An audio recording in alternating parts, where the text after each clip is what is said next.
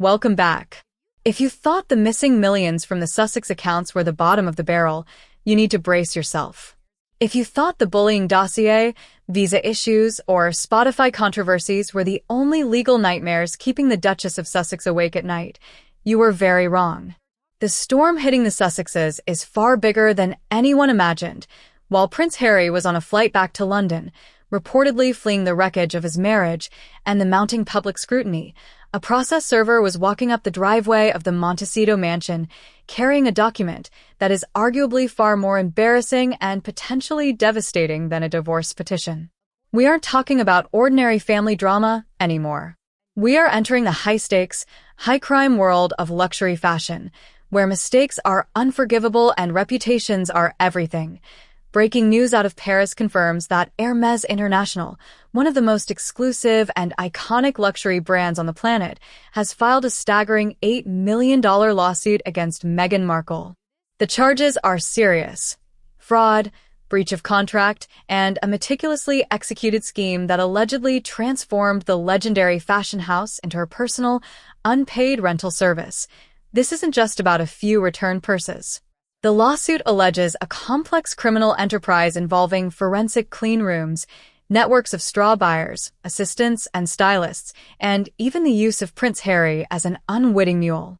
The evidence reportedly includes DNA microscratches, forensic traces, and a witness list featuring the one person Meghan believed she had silenced forever.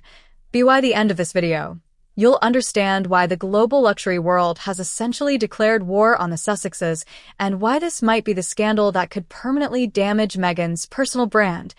Let's examine the headline numbers, because they are staggering. The lawsuit alleges that over a period of 3 years, Meghan purchased and returned 47 distinct Birkin and Kelly bags, worth millions of dollars.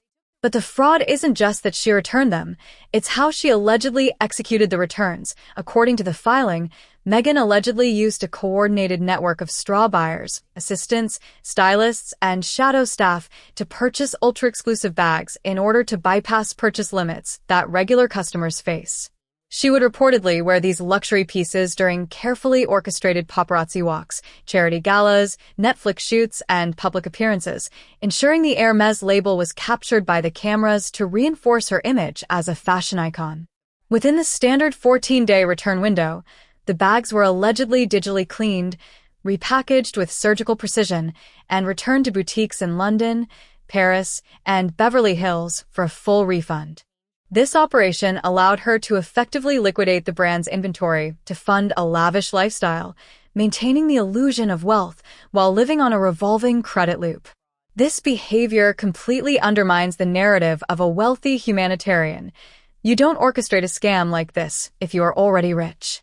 This is the work of someone desperate, trying to maintain appearances as the walls close in. Hermès didn't catch her by accident. They deployed a forensic team rivaling the FBI.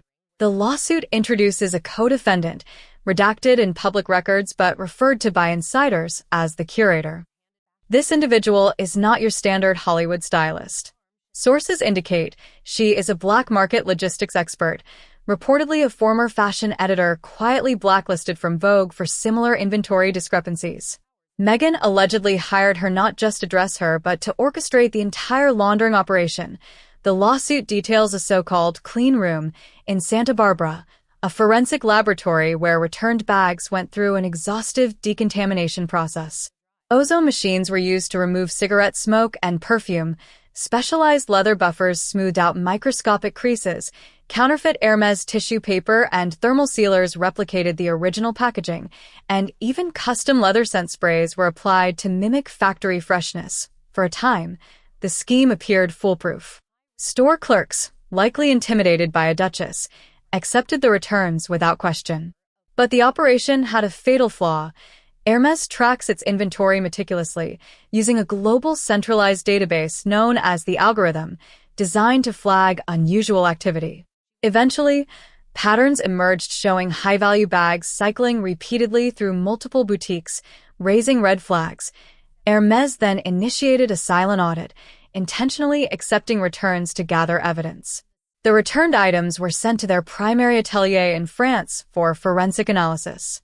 The results were damning. Microscopic traces of Meghan's personal bronzer were found embedded in stitching, alongside pheromones and perfume residues. Each bag effectively carried her biological signature. Intent was also proven through a digital lookbook. High-resolution paparazzi photos of Meghan carrying specific Birkin bags were matched to return receipts just 24 hours later. This confirmed a deliberate scheme to project wealth she didn't possess. In some instances, the lawsuit alleges that genuine bags were swapped with high-quality counterfeit duplicates for resale on the black market, a criminal enterprise spanning 3 continents. Prince Harry's role? According to sources, he was an unknowing participant, picking up packages he believed were gifts or loans for upcoming events.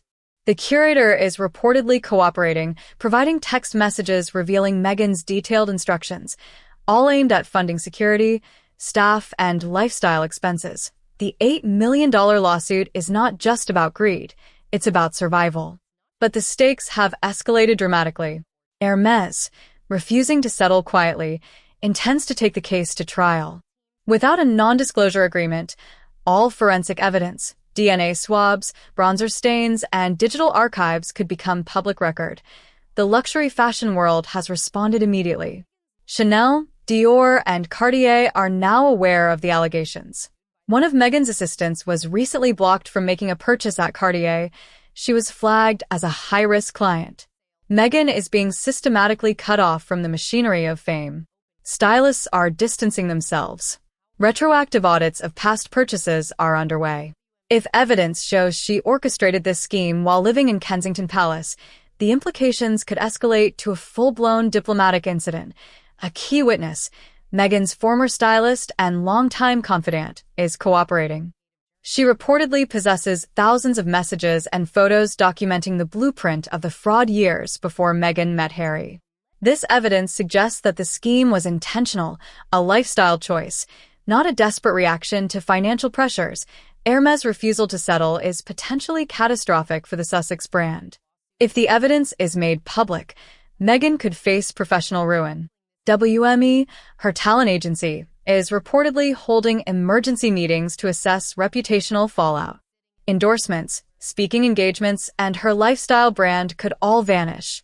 The House of Sussex has fallen, not by sword, but by receipts. The implications reach beyond celebrity gossip. This is a high-stakes story that intertwines fashion, law, and royalty. Stay tuned as we continue to track every development in this unprecedented legal battle. Subscribe now to follow updates as the trial unfolds.